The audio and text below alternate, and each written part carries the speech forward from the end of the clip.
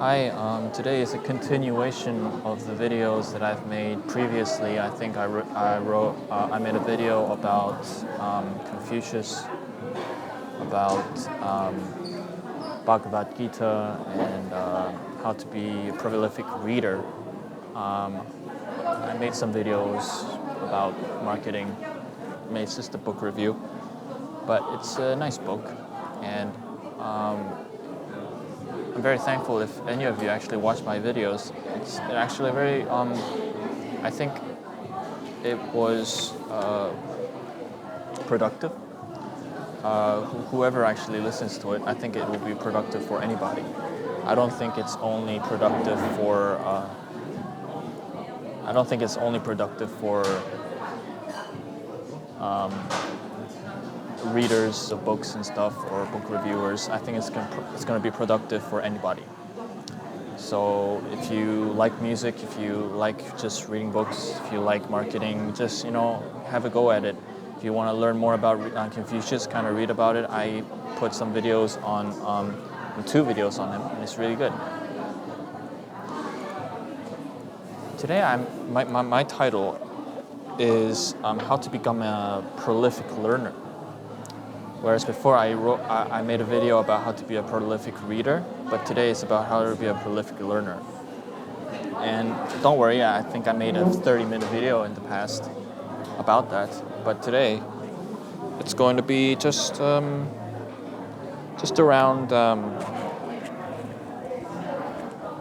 10 minutes, or 15 minutes at the most. I'll try to make it short.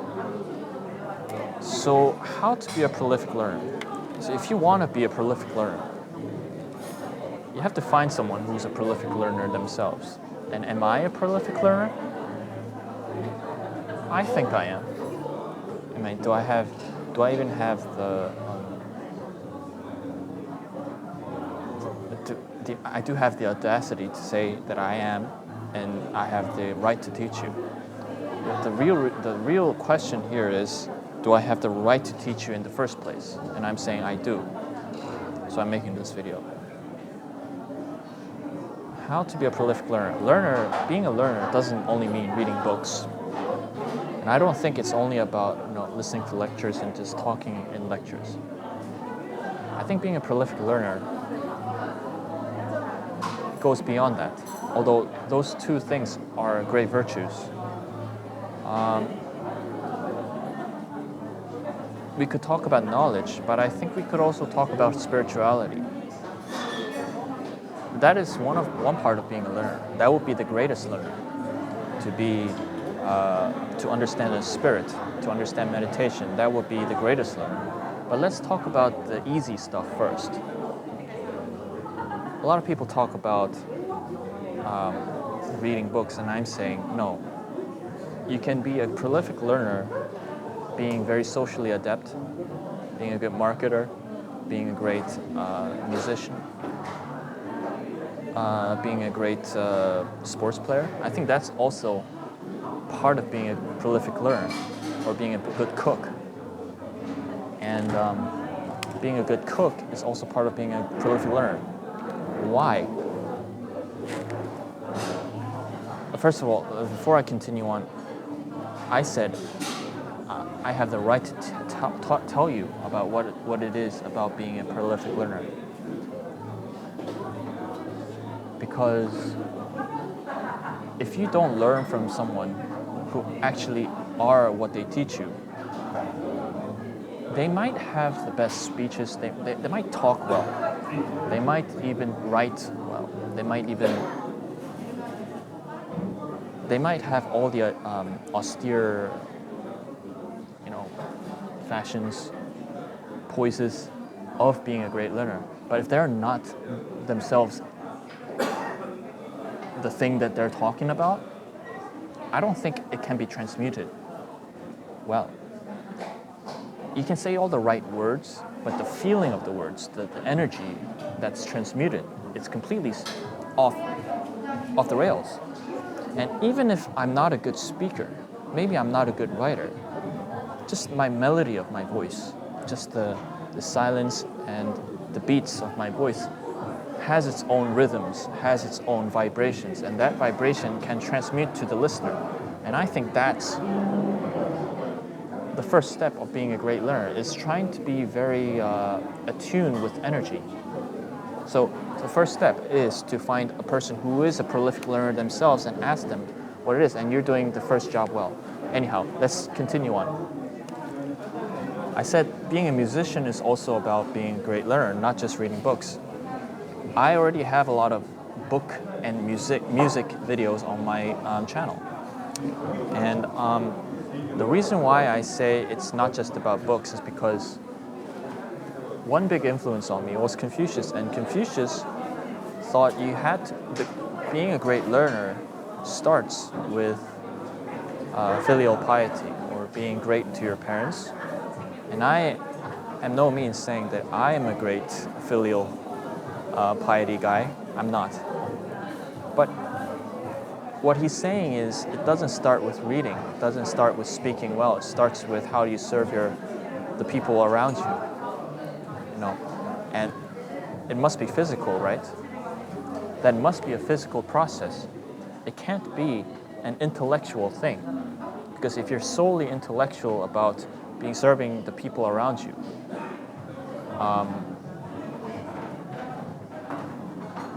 you're not what Confucius meant you to be. And he had the 6 disciplines at the time.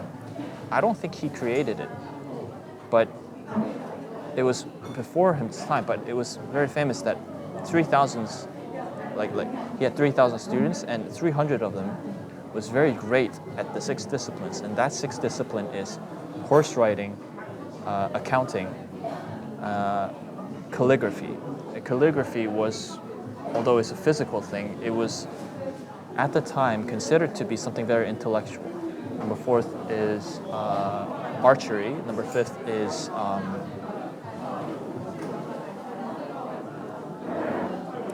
music. And the 6th, I can't really keep up with all these things. You get the point, right? What I'm saying is, just looking at his example, his physical example, I'm not saying what he said, I'm saying his physical example, I kind of realized maybe being a prolific learner is not just about reading books. Although I am one of those people, it must be something more. That's why I'm sharing this to you, because I think it's very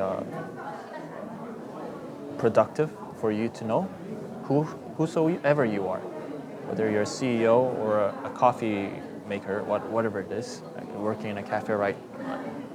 Like where I am now, I'm in Seoul, in Korea. That's what I feel. That's what being a prolific learner is. Let's say what Confucius said in his in another example. This is not a physical example. This is an oral example. He said, what did he say? He said,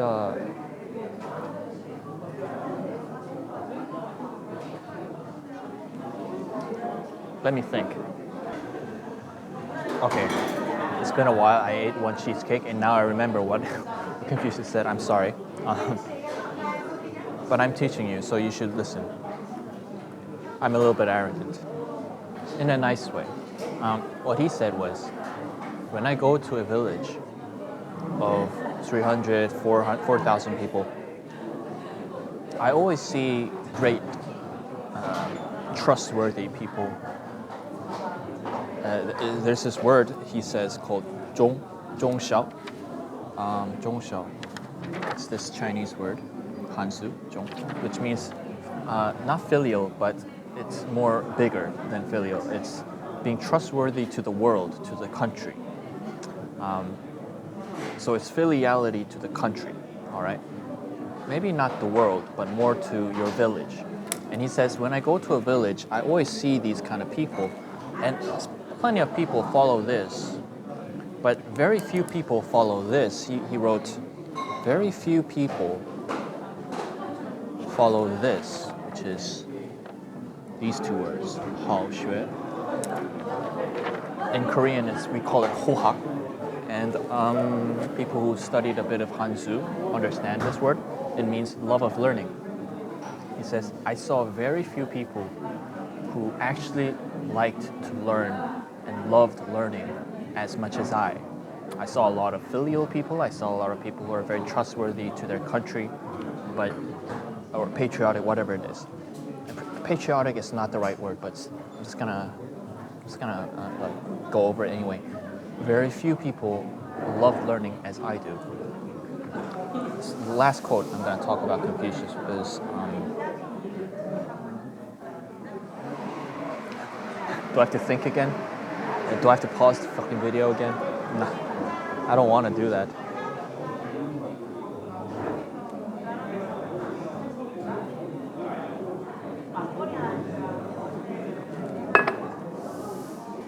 I don't know exactly what I thought of while I was talking. I don't remember it, and I don't really care about it. What matters is my energy and how that can transmute you to be basically what I wrote in the title, how you can be a prolific learner. To be a prolific learner, it's really a long-term process. Just this one video cannot really make you a prolific learner. If I would say that, I'll be a liar. But I can put you in the right direction. That's the only thing that I can do. What I will say is, this is the last quote from Confucius, which just kind of like came up to me. He said, I never created anything. He said, I never really created new books. I never really created new quotes, new poetry, or great learning. It was always from the past, from the ancestors. All I did was steal and just kind of connected all the dots and just, presented it to you. Therefore, please don't tell me that I was a creator of anything. All I did was just received what was of the past, of the people of the past, of great men of the past, of great countries of the past, and just given it to you. Please don't tell me I'm a great person. So, and the next thing he said was ongo yujishin, which is you preserve what's of the past. Was it of the past? Ongo yujishin. Sorry, you preserve what's existing, then you create something new. So this is how he created things new. Like he studied what exists right now. Just like you study the classics first, then you create something new. I think these points that I made on this short video is going to point you in the right direction of being a prolific learner. It's not easy. Like, a bug is on my cheesecake because it's sweet anyhow. The Hanzu that I've shown you, you think this is something intellectual? It's a picture, right?